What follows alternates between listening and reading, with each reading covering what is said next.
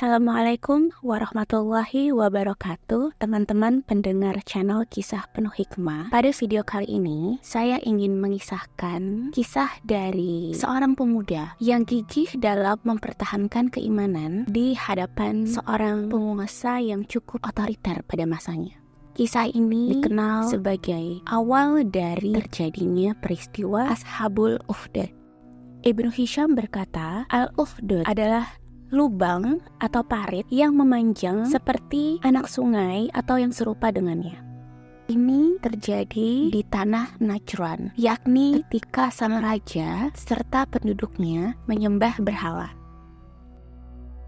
Ibnu Ishaq berkata, telah meriwayatkan kepadaku Yazid bin Ziyad dari Muhammad bin Ka'ab al-Qurazi, sebagaimana hal ini juga dituturkan oleh penduduk Najran kepada saya tentang penduduknya. Sesungguhnya penduduk Najran adalah orang-orang yang menyembah berhala. Di sebuah desa yang berdekatan dengan Najran, ada seorang ahli sihir yang mengajari sihir pemuda-pemuda di Najran. Tatkala Faimion datang ke Najran, penduduknya masih menjadi kaum yang tidak taat kepada Allah Subhanahu wa Ta'ala. Mereka berkata, ada seorang lelaki singgah di sana dan membangun sebuah kemah antara Najran dan desa di mana seorang ahli sihir berasal. Orang-orang Najran mengirimkan anak-anak mereka kepada ahli sihir ini untuk belajar sihir kepada mereka. Samir mengirimkan anaknya yang bernama Abdullah bin Samir. Setiap kali Abdullah bin Samir melewati orang yang berada di dalam kemah itu, ia sangat kagum terhadap sholat beserta ibadahnya, sehingga hal itu membuatnya selalu mampir serta mendengar nasihat-nasihat Faimion. Di saat yang bersamaan, sang penyihir yang menjadi penasihat Raja Najran pada kala itu mengatakan kepada sang raja jika usianya kini sudah tua dan ia meminta agar dikirimkan seorang anak yang paling berbakat untuk menjadi pewaris ilmu sihirnya. Kemudian sang raja pun memenuhi permintaan penyihir tersebut. Diutuslah kepadanya seorang anak yang bernama Abdullah bin Samir dan tukang sihir pun mulai mengajarinya. Namun di dalam perjalanannya ia bertemu dengan sang rahib yang dalam riwayat sirah yang dituliskan oleh Ibnu Ishaq, rahib tersebut bernama Faimion. Suatu ketika Abdullah bin Samir berada pada titik ketika ia mempertanyakan kebenaran antara sang penyihir dan Faimion. Ketika Abdullah bin Samir tiba di suatu tempat dan menjumpai seekor binatang besar, dalam riwayat lain binatang tersebut ialah ular yang sangat besar, anak itu berkata, pada hari ini, saya akan mengetahui apakah penyihir itu yang lebih benar ataukah sang rahib. Ia pun mengambil sebuah batu kemudian berkata, ya Allah, apabila rahib itu lebih engkau cintai, maka bunuhlah binatang buas ini sehingga orang-orang dapat melewati jalan ini. Lalu ia lempar binatang tersebut dengan batu dan mati. Dari sanalah Abdullah bin Samir meyakini kebenaran sang rahib dan mulai rajin mengikuti ajaran-ajarannya. Lalu Abdullah bin Samir mulai menanyakan pada Faimion tentang syariah-syariah Islam, sehingga tatkala ia sudah demikian paham tentang syariah-syariah Islam tersebut, ia akhirnya mencapai titik untuk mulai mempelajari Ismul A'zam dan berniat menanyakannya langsung kepada Faimion. Walaupun pada saat itu Faimion sudah memahami tentang hal tersebut, ia masih merahasiakannya kepada Abdullah bin Samir. Wahai saudaraku, kau tidak akan mampu menanggungnya. Saya khawatir engkau tidak cukup kuat untuk memikul beban ini. Tatkala Abdullah menyadari bahwa sahabatnya itu merahasiakan ilmunya karena ia mengkhawatirkan jika dirinya tidak sanggup memikul beban dari ilmu yang ia harapkan, maka Abdullah bin Samir segera mengumpulkan beberapa tongkat kecil. Lalu ia menuliskan semua nama-nama Allah Subhanahu wa Ta'ala yang ia ketahui hingga tidak tersisa lagi satu nama pun. Untuk setiap satu tongkat ia tuliskan satu nama Allah Subhanahu wa Ta'ala.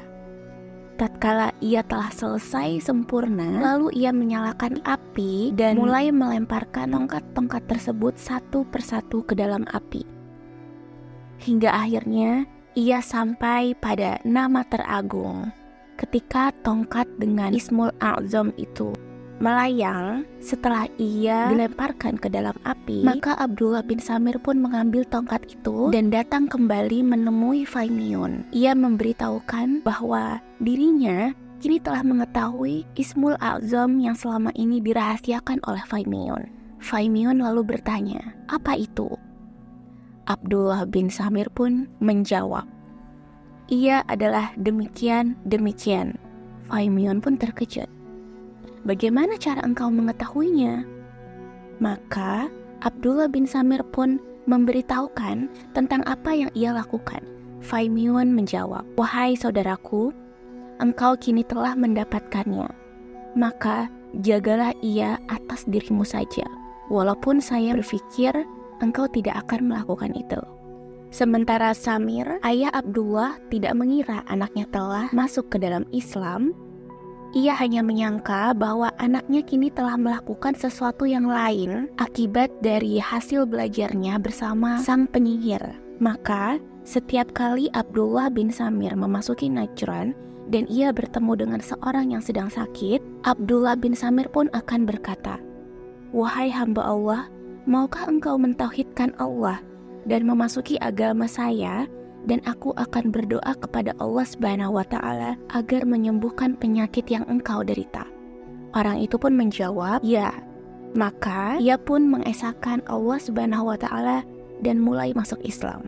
Abdullah bin Samir pun terus melakukannya hingga tidak ada seorang pun yang sakit di Najran kecuali dengan mendatanginya.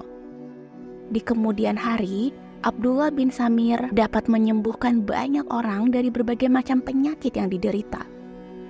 Berita ini menyebar dan sampailah ke telinga sahabat dekat raja yang telah lama buta.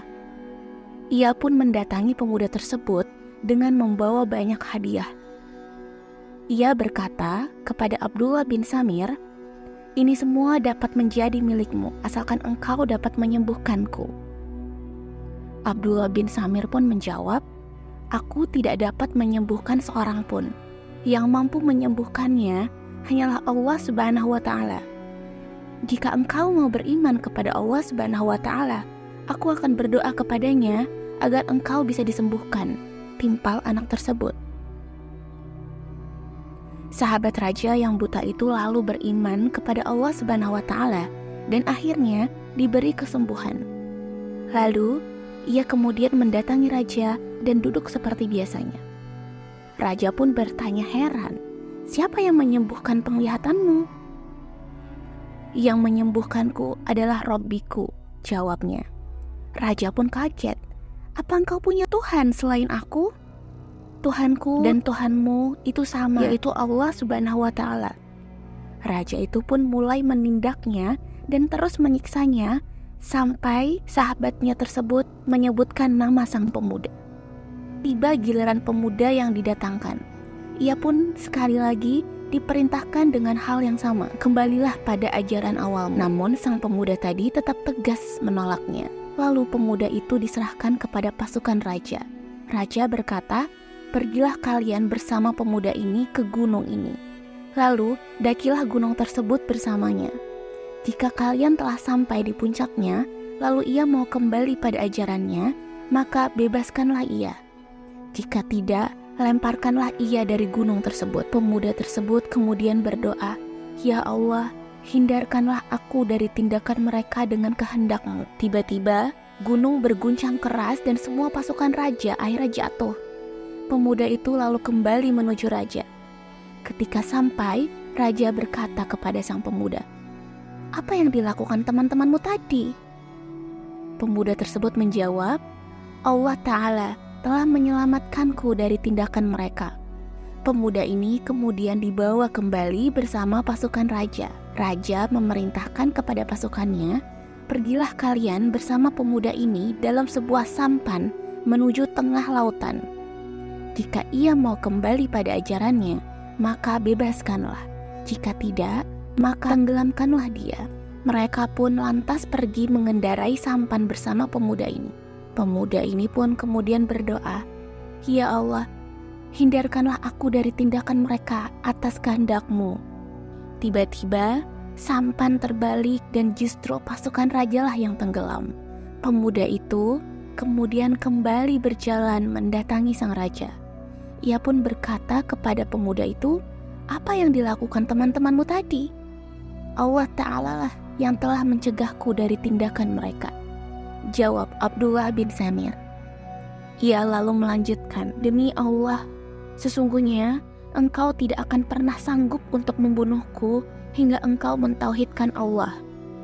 Hendaknya engkau beriman dengan apa yang aku imani, karena sesungguhnya jika engkau melakukan itu, maka engkau akan diberi kemampuan untuk membunuhku.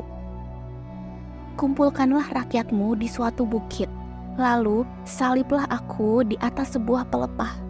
Kemudian ambillah anak panah dari tempat panahku dan mengucapkan Bismillah Rabbil Ghulam, yang artinya dengan menyebut nama Allah, Tuhan dari pemuda ini. Lalu panahlah aku, engkau pasti akan dapat membunuhku." Sang raja pun mengikuti apa yang disyaratkan oleh Abdullah bin Samir. Rakyat kemudian dikumpulkan di suatu bukit. Pemuda itu pun disalib di pelepah pohon. Raja mengambil anak panah dari tempat panah sang pemuda, lalu meletakkannya di busur. Setelah itu, ia pun mengucapkan Bismillah Rabbil Ghulam.